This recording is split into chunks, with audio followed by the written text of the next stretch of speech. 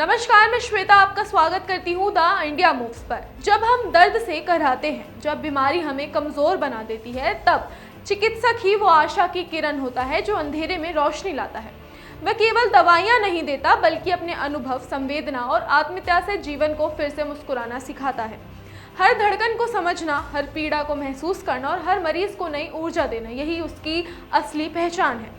सच में चिकित्सक सिर्फ एक पेशेवर नहीं, बल्कि मानवता का रक्षक होता है, जैसे उदाहरण के तौर पर डॉक्टर अशोक पनघड़िया। लेकिन आज के वक्त में क्या आप सोच सकते हैं कि जिस डॉक्टर को आप जीवन रक्षक समझते हैं, वही आपकी जेब और सेहत दोनों पर हमला कर रहा हो। राजस्थान की चिकित्सा व्यवस्था आज एक ऐसे खतरनाक मोड़ पर जा चुकी है जहां इलाज के नाम पर सुनियोजित लूट का खेल चल रहा है। निजी अस्पतालों में मामूली बीमारी को गंभीर बताकर मरीजों को महंगी जांचों में उलझा दिया जाता है।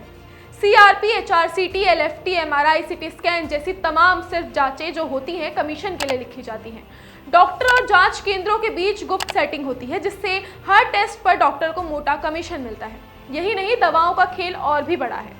कंपनियों से गिफ्ट और प्रॉफिट के बदले डॉक्टर महंगी ब्रांडेड दवाई लिखते हैं, जबकि वही फॉर्मूला सस्ती जेनेरिक दवाइयों में भी मिलता है। मरीज को डराया जाता है कि बाहर की दवा असर नहीं करेगी, जबकि सच्चाई ये है कि डॉक्टर अपनी जेब भरने के लिए ऐसा करते हैं। सबसे दर्दनाक पहलू तब सामने आता है जब मरीज की मौत के बाद भी उसे वेंटिलेटर पर रखकर परिजनों से लाखों रुपए वसूले जाते हैं।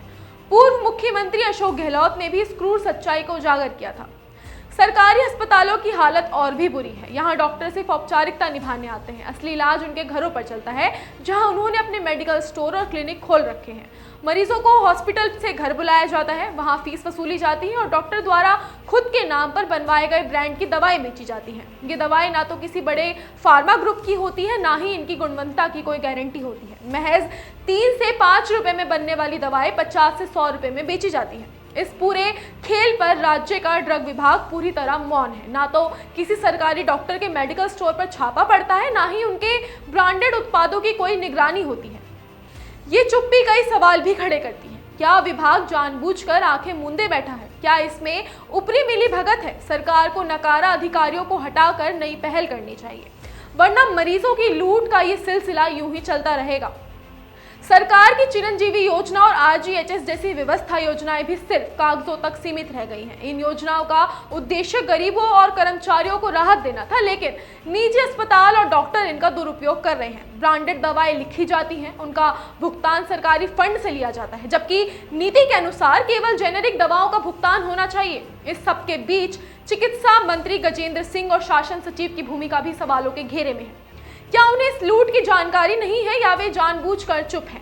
अब तक किसी भी बड़े डॉक्टर या हॉस्पिटल के खिलाफ कोई ठोस कार्यवाही क्यों नहीं हुई? राजस्थान की चिकित्सा व्यवस्था आज एक ऐसे मोड़ पर खड़ी है जहां डॉक्टर मरीज के जीवन रक्षक नहीं, बल्कि जेब काटने वाले व्यापारी बन चुके हैं। अगर सरकार ने समय रहते सख्त कदम नहीं उठाए, तो ये लूट एक भयंकर महामारी का रूप ले सकती है, जिसमें मरीज की जान से ज्यादा उसकी जेब की कीमत लगाई जाएगी। आप इस बारे में क्या सोचते हैं? हमें नीचे कमेंट्स में जरूर बताएं, और साथ ही आप अपनी समस्याएं भी हमें कमेंट्स में या हमारे WhatsApp चैनल से जुड़ के बता सकते हैं। फिलहाल के लिए ऐसे ही बने रहिए आपके अपने चैनल द इंडिया मूव्स के साथ, और वीडियो पसंद आई हो तो लाइक और शेयर करना ना भूलें।